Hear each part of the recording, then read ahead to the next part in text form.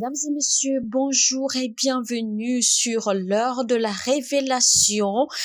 Chose promise, chose due, nous allons évoluer dans notre message que nous avons démarré hier, le mystère de l'importunité, partie 2. Notre verset biblique qui soutient ce message est Luc 11, du verset 5 au verset 9. Et nous avions défini l'importunité comme une persistance, une insistance, c'est-à-dire une demande avec pression, une réclamation avec pression, avec insistance, avec persistance, au point d'ennuyer ou d'énerver ou d'obliger la personne à qui vous demandez jusqu'à ce que vous soyez satisfait. Et la Bible nous dit: qui d'entre vous aurait un ami, s'arrêterait chez lui au milieu de la nuit durant son voyage, lui demandant de l'assistance, de l'aide, mais pas pour lui-même, pour un autre ami que lui, il a reçu en visite, et tout ceci au milieu de la nuit. Une parenthèse rapidement, j'ai l'habitude de dire aux gens, quand vous rencontrez des gens dans votre parcours de vie, ne vous attendez pas seulement à profiter de ces gens. Apprenez à participer à leur vie. Apprenez à leur apporter quelque chose. Apprenez à être d'une aide pour eux. Si vous n'avez pas d'argent à leur donner, alors impactez leur vie avec vos prières. Impactez leur vie avec vos conseils. Donnez-leur de l'attention, car c'est très important. Alors, la Bible dit que l'ami est allé voir son ami au milieu de la nuit. Mais pourquoi ne pas attendre le petit matin avant de se rendre chez son ami pour demander de l'aide? Il pouvait attendre le petit matin, mais il ne l'a pas fait. Écoutez ceci, il y a quelque chose à retenir rapidement. La vie est urgente. La vie est une urgence. Il y a des choses, si elles ne sont pas faites aujourd'hui, elles ne peuvent plus jamais être faites. Beaucoup d'entre vous, il y a des choses, si vous n'arrivez pas à les faire aujourd'hui, vous ne pourrez peut-être plus les faire, plus jamais les faire. La vie est urgente. L'on n'est enfant qu'une seule fois. L'on est adolescent qu'une seule fois. L'on est jeune qu'une seule fois. Peu importe l'âge que vous avez, vous ne pourrez jamais avoir cet âge 2 fois dans votre vie. Vous n'aurez pas 20 ans 2 fois. Vous n'aurez pas 40 ans 2 fois.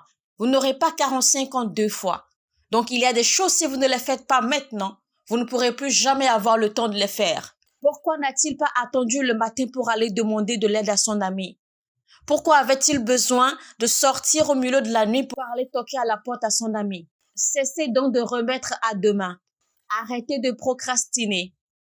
Il y a un grand homme qui a dit que la procrastination est un voleur de temps.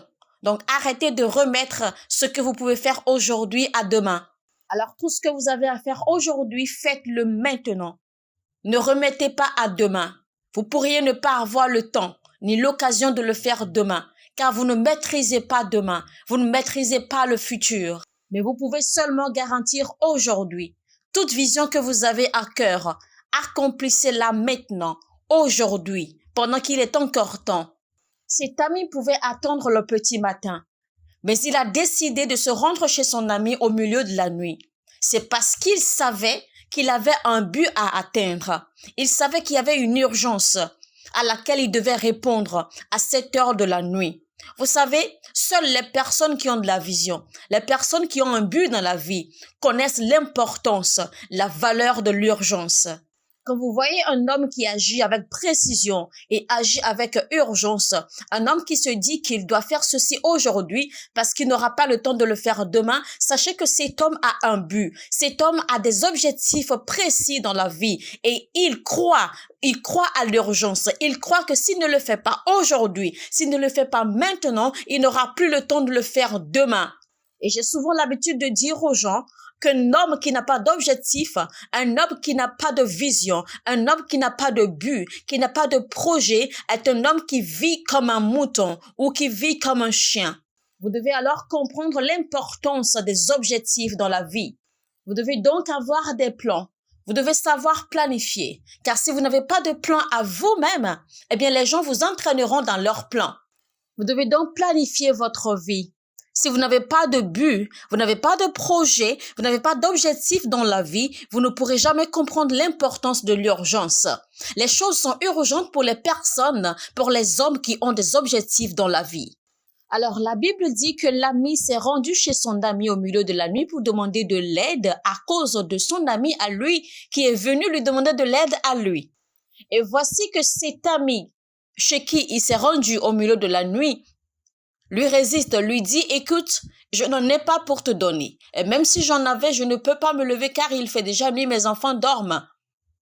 Alors, il y a un point à retenir là.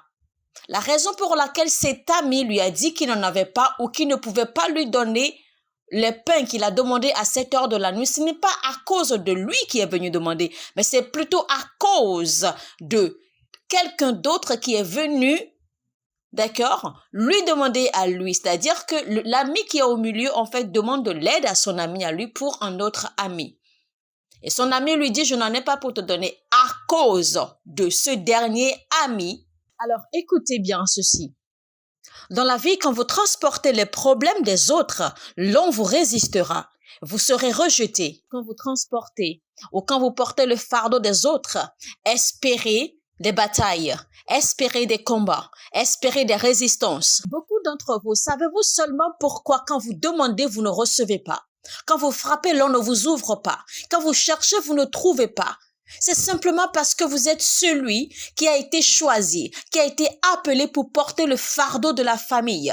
Vous êtes celui qui a été porté pour illuminer la famille. Vous êtes celui qui a été choisi pour ouvrir les portes de la famille. Le diable le sait et c'est pour cela qu'il vous combat. Il sait que vous êtes celui qui portera le flambeau de votre famille. Et c'est pour cela que l'on vous intimide facilement. C'est pour cela que vous avez des résistances. C'est pour cela que vous êtes déçus partout. L'importunité. Dans 1 Roi, chapitre 20, la même chose a été répétée dans Ésaïe, chapitre 38. Il a dit au prophète Ésaïe de porter ce message à Ézéchiel, qu'il mette sa maison en ordre car il mourra. Le prophète Ésaïe se rendit alors chez le roi Ézéchiel pour lui porter le message de Dieu. Et naturellement, le roi Ézéchiel espérait une bonne nouvelle, un bon message du prophète.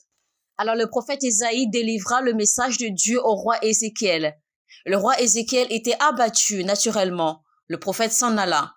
Et voici l'esprit de l'importunité prit possession du roi Ézéchiel. Alors comme la Bible dit dans Ésaïe 1 verset 18, « Venez et plaidons, dit l'Éternel, si vos péchés sont comme le cramoisi, ils deviendront blancs comme la neige. » etc., etc. Alors, c'est ainsi que le roi Ézéchiel il tourna face contre le mur et commença à prier. Il commença à plaider son cas devant l'Éternel.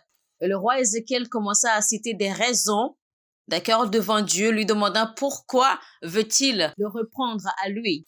Et pendant qu'Ézéchiel plaidait son cas devant l'Éternel, le suppliant, le dérangeant, l'importunant, eh bien, Dieu se leva de son trône et fit appel au prophète Ésaïe encore une fois et lui dit, « Retourne voir le roi Ézéchiel et dis-lui que j'ai dit qu'il ne mourra plus, mais qu'il vivra plutôt et que je lui rajoute 15 années de plus à vivre. » Alors, qu'est-ce que le roi Ézéchiel a fait? Il a importuné Dieu. Il a dérangé Dieu. Il a persisté. Il a insisté dans sa demande, dans sa plaidoirie, au point d'ennuyer et au point d'obliger Dieu lui accorder la vie et même 15 ans de plus. Dans Luc chapitre 18, nous avons également vu les signes de manifestation de l'importunité. Au verset 5, quand la femme a dérangé le juge et que le juge a dit ceci, « Néanmoins, parce que cette veuve m'importune, je lui ferai justice afin qu'elle ne vienne pas sans cesse me rompre la tête. » Vous devez donc apprendre à déranger le ciel. Vous devez apprendre à importuner le ciel. Ne recevez pas non comme réponse. Ne permettez donc pas au diable ou aux hommes de vous faire croire à des choses qui n'existent pas, des choses qui ne sont pas dans la volonté ni dans la parole de Dieu. Alors vous allez tourner votre face vers l'Éternel et crier à lui jusqu'à ce qu'il vous réponde. Si le roi Ézéchiel a pu renverser une prophétie qui venait de Dieu, qui venait de la bouche de Dieu et que Dieu a changé sa propre parole, cela veut dire que vous pouvez également annuler, d'accord, et renverser ce que le diable dit sur votre vie. Si un homme peut renverser la volonté de Dieu, peut transformer, peut tourner la volonté de Dieu, pourquoi ne pouvez-vous pas aussi alors renverser la volonté ou la parole du diable sur votre vie? Le rapport médical des médecins pour votre vie est une volonté du diable. Les circonstances mauvaises que vous voyez autour de vous et que vous acceptez est une volonté du diable. La manifestation des malédictions familiales, la manifestation de ces hôtels maléfiques dans votre vie, c'est la volonté du diable et que vous devez renverser. Sur ce, voici la prière de l'homme de Dieu pour vous. Recevez cette prière maintenant. L'homme de Dieu déclare que tout verdict qui n'est pas de Dieu contre votre vie, votre destin et votre famille, vos affaires et vos enfants, votre ministère, ce verdict est annulé au nom de Jésus-Christ. Amen. Alors, c'est quoi l'importunité? Si vous avez déjà prié et que rien ne se passe, priez encore. Si vous avez déjà jeûné et que rien ne se passe, continuez à jeûner. Si vous faites des semences et que rien ne se produise, continuez à faire des semences. Si vous engagez des louanges de combat spirituels au milieu de la nuit et que rien ne se passe, continuez à le faire. Répétez encore et encore.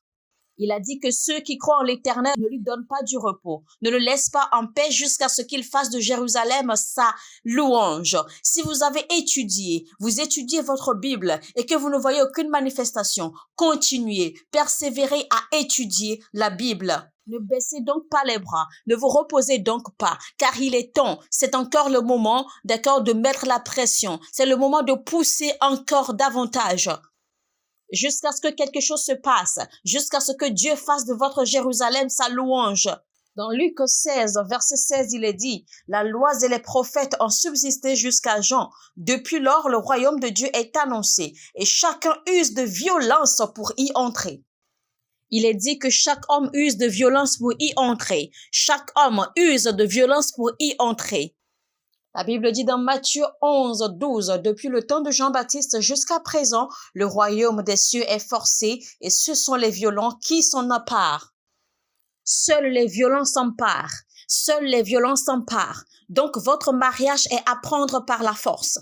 Vos finances sont à prendre par la force. Vos enfants sont à prendre par la force. La fécondité, la réussite, le succès est à prendre par la force. Votre ministère est à prendre par la force. Tout ce que vous désirez, tout ce que vous espérez du ciel est à prendre par la violence, par la force, par la prière, la persévérance, par l'importunité du ciel.